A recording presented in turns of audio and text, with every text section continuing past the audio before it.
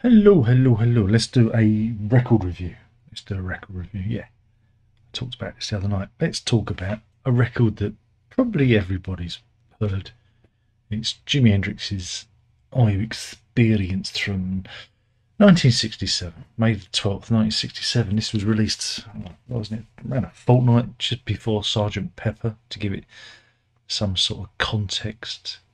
Wow, dinner is indeed ready, because I live in a busy house and I couldn't be bothered to do this when everyone was out, so I did it now in a desperate attempt to get some sort of uh, vibe going. I don't know why am I doing this? Why am I even reviewing this? Because everyone would have heard it and everyone should love it because it's a classic album. So we can keep it short. We don't need to really go on. Jimi Hendrix is a curious case. He's somebody that couldn't get arrested in America, but he comes to the UK, meets Chaz Chandler, the ex-bass player for the Animals, who wanted to get into management, puts together the Jimi Hendrix Experience, which, again, it all happens so quickly.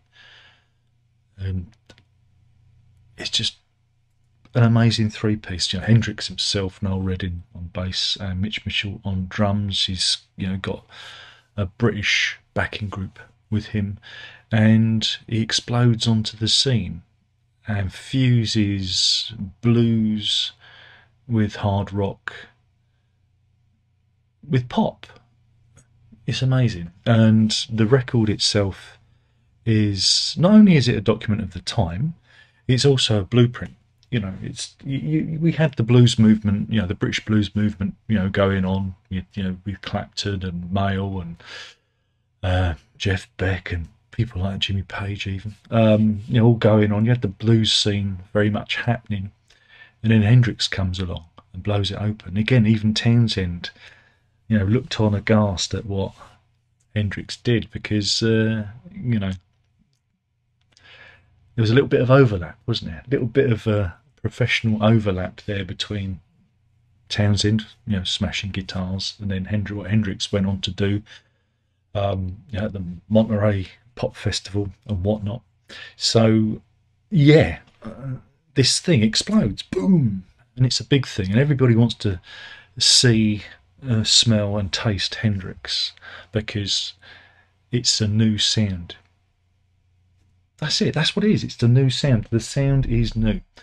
So, like I said, it's the debut album. The Hendrix Experience only made 3 albums, and then he did that one with Band of Gypsies, which is a live album. That doesn't really count. I always say that Hendrix made 3 albums and that's it, and we can agree on that.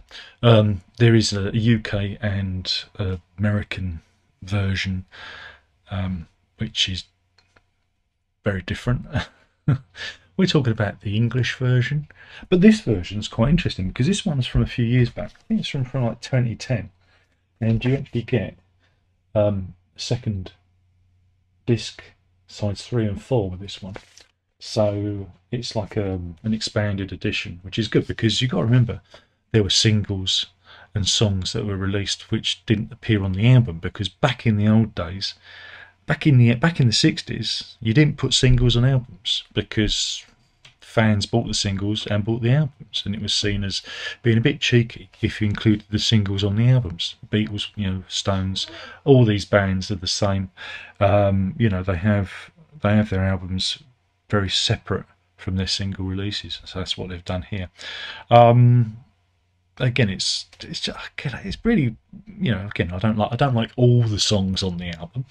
But I think if you, especially if you're a guitar player, if you're a guitarist, I think it's a very important album to listen to, because you can hear how Hendrix was an inspiration, a bit like Hank Marvin, And Hank Marvin was a big inspiration to a lot of guitarists back in those days, and Hendrix is another one, because you can hear, feel his shadow hang large over many of the guitarists to come.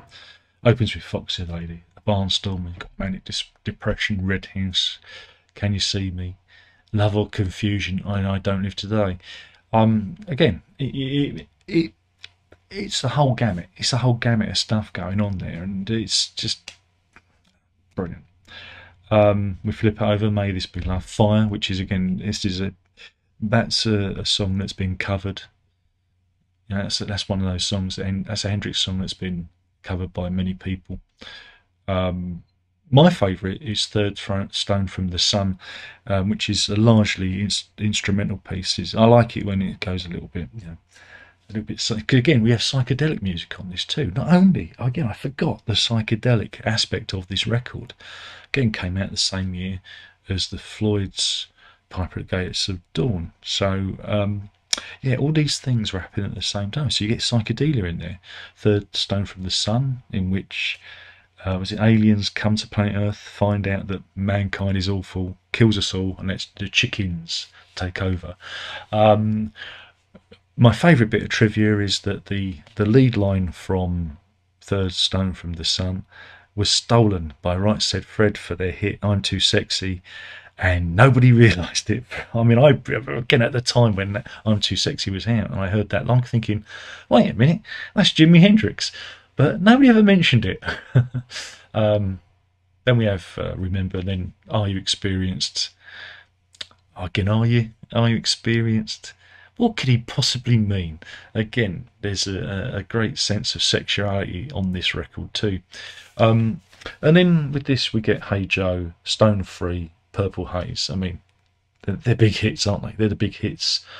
51st anniversary, The Wind Cries Mary, which is another fantastic track, and Highway Child. So yeah, this we'll do a bit of show and tell. It's a double, obviously, so it's a gatefold. Whilst the vinyl is just plain, it's your plain black vinyl. Like, I'm big get both out. It's boring. You know what? What's that? Something that's black and 12 inches long. Talking about Jimi Hendrix? No, I'm talking about the vinyl inside the sleeve here. But you also get this little booklet again, which comes with the album, and it's got like quotes and a little write up about the life and times. And again, I think this is neat. Again, for the kids who don't know, it gives a little bit of historical context to what was going on, and what the album represents and what the band were trying to do. So yeah, I mean, it's a classic album. It's a classic album. Again, I don't know if there is a. While it's a classic album, I don't know which is the best of the Hendrix albums, because I'm one of those people who like to cherry pick. I like tracks from here, like The Wind Cries Mary and Third Stone from the Sun, and then Crosstown Traffic. I like to cherry pick. I'm more like the songs than the actual albums with Hendrix. I don't know if any of these albums actually kind of hold together in totality for me as an album, if you know what I mean. But that's just me complaining, because I like to cherry pick the songs, because I grew up watching like Hendrix on TV, like the Monterey Pop Festival and whatnot, the various performances, and he ran through various different things. And again, this is someone who loved music. He was very much a music lover. And the story, again, this is a classic story. The night of the release of Sgt. Pepper's Lonely Beatles, he opens his gig with Sgt. Pepper's Lonely Hearts Club Band, been released that day, and that's what Hendrix does. Famously on the Lulu show, I think was it Cream had split, and so he covers Cream, much to the chagrin of the producers of the Lulu show, who apparently lost their bananas over it. So yeah, it's a classic album. It's a great record. What can you say? I don't like all the songs, but I certainly, for somebody who is a student of the 6-string guitar, it's almost like a Bible. It is almost like a Bible. That's what I come to it as. It's like you can see where rock and roll, even instrumental playing, again, he's an instrumentalist as well.